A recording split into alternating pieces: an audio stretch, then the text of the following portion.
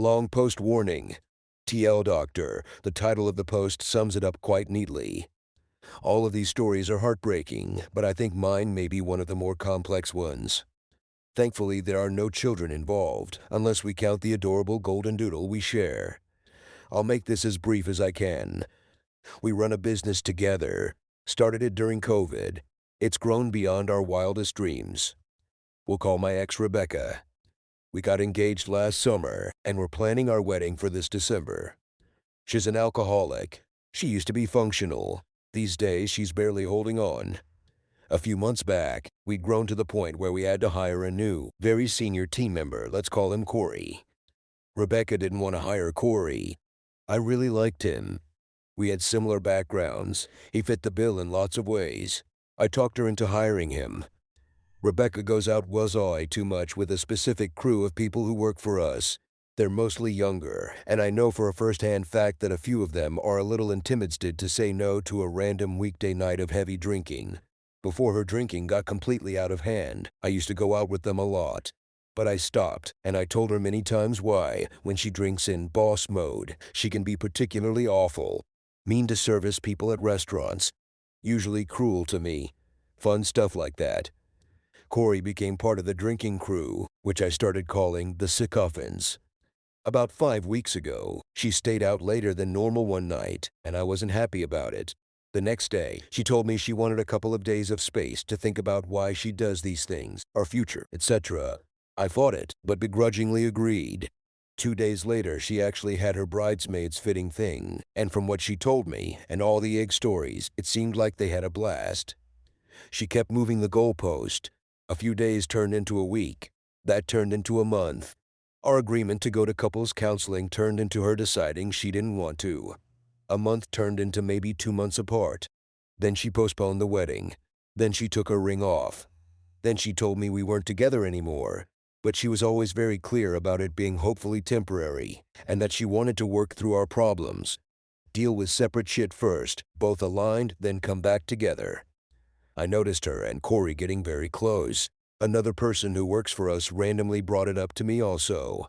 I expressed these suspicions to Rebecca, and she insisted that nothing was happening. One day about 3 weeks ago, I'm traveling for work. I get an email in the morning from one of my neighbors. Can you please have this car moved that's partially blocking our driveway? It's been here for 2 days. It was Corey's car. He attached a picture of it. She claims it was only overnight, and that the whole Sycophant crew crashed there after a night of heavy drinking. I actually do have lots of independent proof that 4 people slept there, including Corey, and that at least that night, he shared the couch with someone else. This I know for sure. However, earlier in the day, all those other people were at our office. Both Corey and Rebecca worked from home. This could easily have been the 2 days my neighbor was referencing. I FaceTime her and show her the email. She admits it looks terrible, but explains how everyone else slept over, but also gives the tiniest amount of grace, saying she knows how bad it looks, and that she understands why I'm mad, but to please believe her that nothing is happening.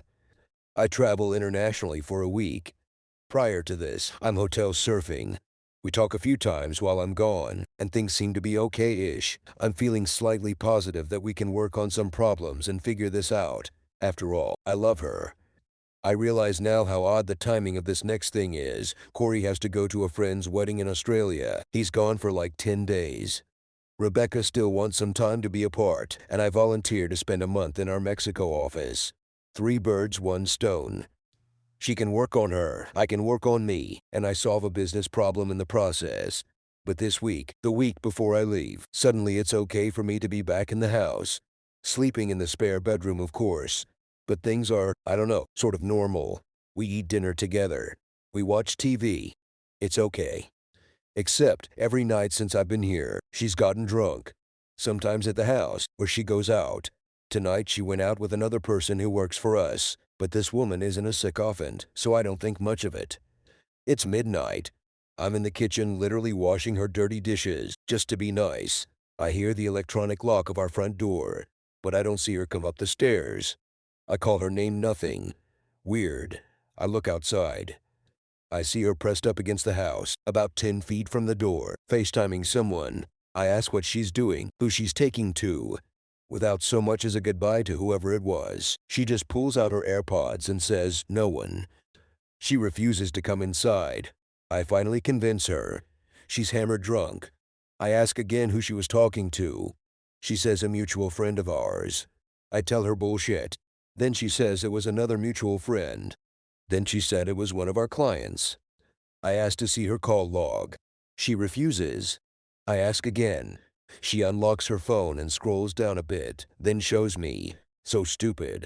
Like we don't all know what the top of a call log looks like, and you can literally see the timestamps.